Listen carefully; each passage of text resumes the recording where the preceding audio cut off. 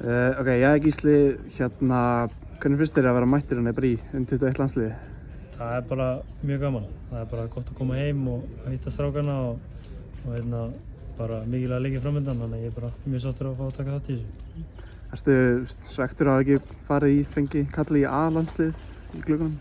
Nei, þú veist, auðvitað vil maður alltaf vera í A-landsliðinu en ég átti gott samtal við Arnar og bara að það væri gott fyrir mig að fá góða mínútur og mikilvæga gluggi í U21.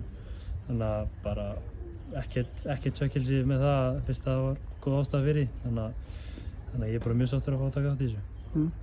Þannig að þið tveir metið það bara þannig að þú færð meiri mínútur í U21 landsliðinu, í A-landsliðinu? Já, þú veist, auðvitað bara svona auðvelt að horfa á þetta þannig, þú veist, það eru tveir mikilvægir leikir hérna og ég er ennþá ekki elgengur, þannig að ég var bara mjög sáttur að fá að hjálpa þeim líka hérna og bara ekkert út á þess þetta, sko. En varðin eins og mótherinn á morgun, hvernig líst þér á það? Já, það er bara tveir ólíkir leikir núna og við ætlum að byrja bara að taka einn leik í einu og leikurinn á morgun svona leikur sem við stefnum klárlega á að vinna. Þannig að við byrjum bara á morgun og reynum að ná 3 stig og svo horfum við í seinni leikinn þegar það kemur. En svona eins og riðillinn í heild og finnst þér að vera einhver möguleikar fyrir þetta landslið? Fundu þeir?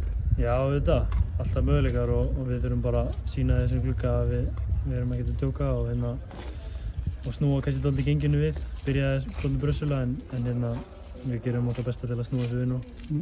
En svona að Poznan, hvernig líður þann úti? Bara mjög vel, sko. Ég er bara líður mjög vel í Pólandi og sérstaklega núna svo komin aðeins inn í þetta aftur eftir meiðslin. Þurfti aðeins að bíða eftir tækifærinu en núna bara spila mikið og vera að ganga vel og bara mikilvægir leikir, berjast titilinn og stóri leikir í Evrópu, þannig að bara líður mjög vel. Og varandi það að fá traustu, fékkst náttúrulega trausti gegn Shakhtar Donetsk í Conference League. Já. Hvernig fannst þið það ganga? Það var bara gekk mjög vel. Við náttúrulega leita ekkert rosa vel út eftir fyrri leikinn, vorum 3-1 undir en svo fekk ég að byrja þann leik og ég myndi persónulega segja að það er bara minn besti leikur í tímabilinu so far, sko, þannig að það gekk mjög vel og við vorum alveg grátlega nálægt í að fara í gegn, sko, þannig að það var smá svekkelsi en bara fínt að vera komin aftur inn í það og líður mjög vel með það.